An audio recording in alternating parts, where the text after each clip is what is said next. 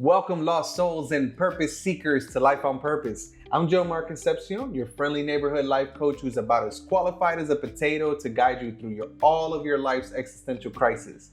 But hey, at least I'm a self-aware potato. Today, we're tackling the age-old question that's kept both philosophers, stoners, and everyone in between up at night. How do you find your true north and live a life bursting with purpose? Spoiler alert, it doesn't involve a compass or a trip to the North Pole. Now, if you're wondering what your true north is, it's simply your highest aim in life. It means identifying and striving towards the most meaningful, virtuous, and transcendent goal you can envision for you in your life. This aim should align with your deepest values, challenge you to grow, and serve a purpose greater than yourself, such as contributing to your family, community, or society. Pursuing this aim helps to bring order in your life. It provides a sense of purpose, and it allows you to confront challenges with resilience and meaning. So picture this. You wake up every morning bursting with excitement for the day ahead. You know exactly why you're here and what you're meant to do. Sounds like a cheesy motivational video is coming up, right? No, well, stick with me here. I'm not here to motivate you. I'm here to give you a few things to ponder on that may help you find your purpose in life.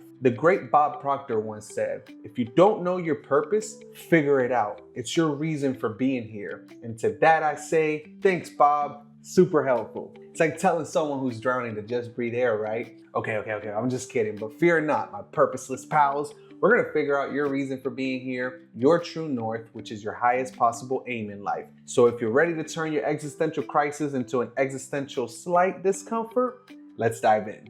Now, let me tell you a story about a friend of mine. Okay, I'm just kidding. It's about me. I know. Shocking. Picture this. I had and still have a thriving real estate business. From the outside, I was living the American dream, but on the inside, I was about as fulfilled as a vegan at a steakhouse. My personal life was on autopilot, flying straight into the mountain of midlife crisis. Like the kind of midlife crisis that tricks men into thinking that buying a Corvette and dating a woman much younger than him will solve his problems. She doesn't love you, bro, and we don't care that you have a Corvette. The irony is, a business was doing great and it's still doing great, but I wasn't doing as well. Felt like I was slowly sinking into a living hell, which, let's be honest, it's like going to Disney on Christmas Day. Then one day it hit me, like a ton of self-help books, which coincidentally is exactly what I turned to. I started reading everything I could get my hands on. Self-help books, spiritual texts, the back of cereal boxes, you name it. I read it. I got back in touch with my spirituality though. Started journaling, meditating, and praying. I was literally one kale smoothie away from becoming a full-blown wellness guru. Now, I don't know if you've heard of Tony Robbins, but he says if you do what you've always done, you'll always get what you've always gotten. So I decided to do something different. Started behaving like the version of myself that I aspire to be. Fake it till you make it, right? Spoiler alert, it's actually really good wisdom, and it's kind of the message of this video today. Fake it till you make it. Maybe that's the title, I don't know, we'll see. Now, don't get me wrong. My life isn't perfect. It's still a work in progress, kind of like my garage, which I've been planning to organize for months. But today, I'm living my dream. I'm happier, less stressed, more motivated than ever. I live my days with purpose and intent, and I'm no longer wondering what it is that I'm meant to do. I'm healthier and more connected than God than I've ever been. He's actually been trying to reach me forever, but I was too stubborn to answer his calls. Now, the key was finding something greater than myself to do in this lifetime. It's about finding a way to give back to the world rather than just taking from it like my toddler when he sees a box of donuts. That's why I'm here making these videos, helping you find your purpose so that together we can make the world a better place, or at least a slightly less confusing and more peaceful place. Speaking of giving back, I'd greatly appreciate it if you give this video a thumbs up. Now, here are the 5 questions that I want you to ask yourself. These questions changed my life, and I believe that they can change yours too, or at least give you something to ponder on while you're pretending to work. Question number 1, who are you?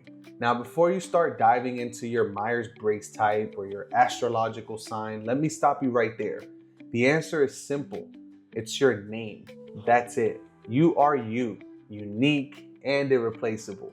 How cool is it to think that out of like 8 billion people on this planet, there's truly no one out there exactly like you? There's a reason for that. And it's our duty to find our purpose in life and find out why we are unique and what makes us unique. Question number 2, what do you do? This isn't about your current job title, unless you're already living your dream as a professional YouTube binge watcher, which you should subscribe and binge watch this channel. But It's about what you aspire to do. What does the dream version of yourself do? In the Bhagavad Gita, Krishna says, it is better to live your own destiny imperfectly than to live an imitation of someone else's life with perfection. In other words, be yourself. Everyone else is already taken. Question number 3, who do you do it for? Here's a truth bomb. If you're only doing it for yourself, you'll never be truly happy or content. You'll always want more because the feeling of achievement or success fades quicker than that New Year's resolution you set back in January. Now, you need to do what you do not only for yourself, but for others as well. Question number 4, what do those who you do it for want or need? For example, I make these videos for people who want to begin to live their life on purpose. I believe that the people that I do this for want to find their purpose so that they can make an impact in their own lives and in the lives of others. If that's not you, then I'm sorry that you've put yourself through the pain of hearing me talk for this long. Question number 5 is, what changes do those who you do it for get out of it? That's a tongue twister. But in my case, those who watch these videos and apply what they learn can start living a life on purpose, making an impact in their own world and the world around them as well. Now, pause the video if you need to, and take a moment to think about these questions. Jot down your answers. Remember, there's no wrong answers. This is all about you and your journey. So now that you've unpaused the video because you paused the video like I asked you to, make sure that you subscribe to my channel for more ways to start living your life on purpose. Next, let's talk about something that's so incredibly important in life, and that is letting go. Sometimes finding your true north means leaving behind parts of your old self. I'll quickly share another personal story. For many years, I was an aspiring music producer and DJ. I lived for the thrill of performing in front of thousands, creating music, chasing that dream of playing at the biggest electronic music festivals, you name it. I was honestly like one glow stick away from becoming a human rave. But as time passed, the passion started to fade. The environment of the shows, schedules, the constant pressure to stay relevant, it all started to wear me down. I felt like a hamster on a wheel. If the hamster was sleep deprived and covered in glitter. But letting go of this part of my identity was one of the hardest things I had to do at the time. I had spent a decade of my life working on this dream. But when I analyzed my life deeply, I realized that holding on to it was more about fear at that point than it was desire. It was like staying in a bad relationship because you're afraid of being alone. The Buddha said, the root of suffering is attachment. I was attached to this identity even though it no longer served me. Letting go wasn't easy, but it was liberating. It allowed me to move closer to the life I truly desire to live. No more late night shows, no more mandatory social media posts, no more rushing to finish songs at the expense of quality. I basically traded in my turntable for a good night's sleep, and let me tell you,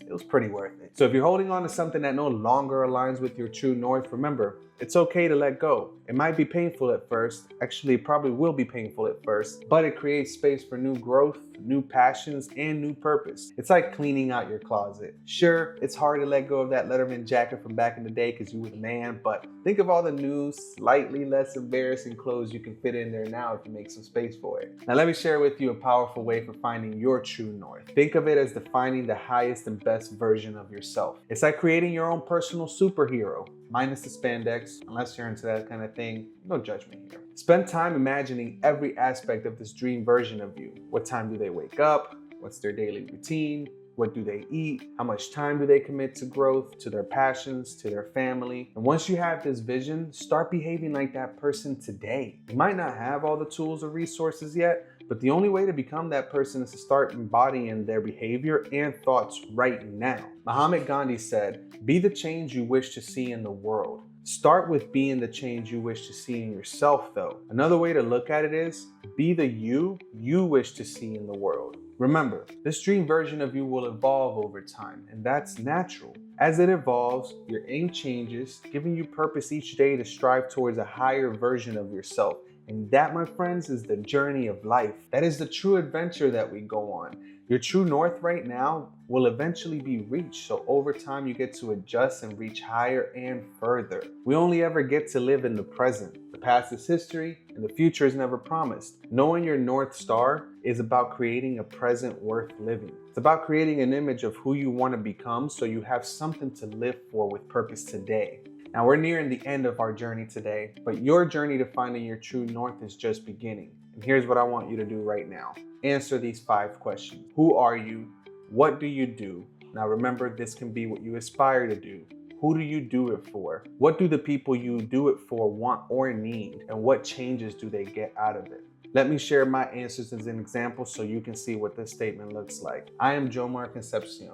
I help people who are lost, hurt, confused, or living without purpose begin to live abundant lives on purpose so that together we can make the world a better place. Or at least a place where fewer people are having existential crisis in the cereal aisle. Now your answers might be different, and that's okay. The important thing is to start this journey of self-discovery. It's like going on a road trip, but instead of a destination, you're heading towards your best self. And yes, there's probably snacks there too. Now remember, as Bob Proctor said, if you see it in your mind, you will hold it in your hand. Visualize that highest version of yourself and then take action every day to become that person. Thank you for joining me on Life on Purpose today. Until next time, keep striving, keep growing, and most importantly, keep living on purpose. My name is Jomar Concepcion, and if you like this video, check out this video where I talk about how to transform yourself in 2025.